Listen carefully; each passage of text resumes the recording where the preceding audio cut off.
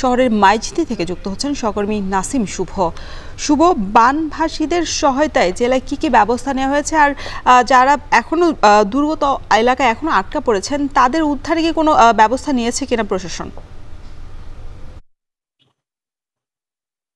রওশন, নোয়াখালীতে কিন্তু গত প্রায় এক সপ্তাহেরও বেশি ধরে জেলার ৮টি উপজেলার ২০ লাখেরও বেশি মানুষ যারা কিন্তু পানিবন্দী অবস্থা আছেন, এবং এদের মধ্যে কিন্তু ২ লাখেরও বেশি মানুষ বিভিন্ন আশ্রয় কেন্দ্রে আশ্রয় নিয়েছেন, যেটি নোয়াখালীতে স্মরণকালের স্মরণীয় ঘটনা।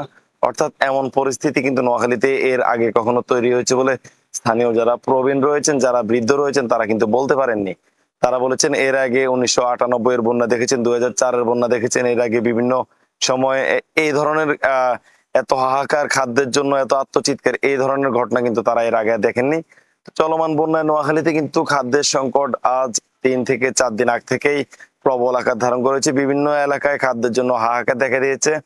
যেই পরিমাণ ত্রাণ বিভিন্ন ঢাকা সহ বিভিন্ন জায়গা থেকে সামাজিক ও স্বেচ্ছাসেবী সংগঠনগুলো আনছে, তার প্রয়োজনের তুলনায় একদিকে যেমন অপ্রতুল, পাশাপাশি প্রশাসন অনেকটা হেয়ালিপনার কারণেই এই ত্রাণগুলো সুষম বন্টন হচ্ছে না বলে স্থানীয়রা অভিযোগ করছেন।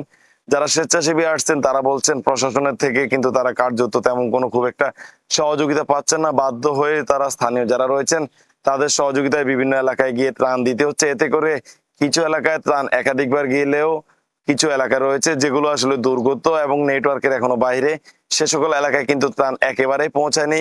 এছাড়া বেশ কিছু এলাকায়, যেসব এলাকায় গলা পানি থেকে শুরু করে আরো বেশি, সে সকল এলাকায় কিন্তু অনেককে উদ্ধার করা যায়নি। তারা অনেকটা মানবেতরই দিন কাটাতে হচ্ছে তাদের সে সকল এলাকায়।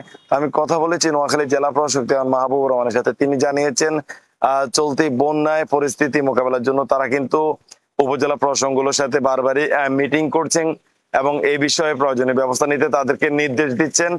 তো আসলে রওশন, এই ছিল নোয়াখালী থেকে বন্যা পরিস্থিতি নিয়ে আমার কাছে এখন পর্যন্ত সব শেষ। নোয়াখালীর বন্যা পরিস্থিতি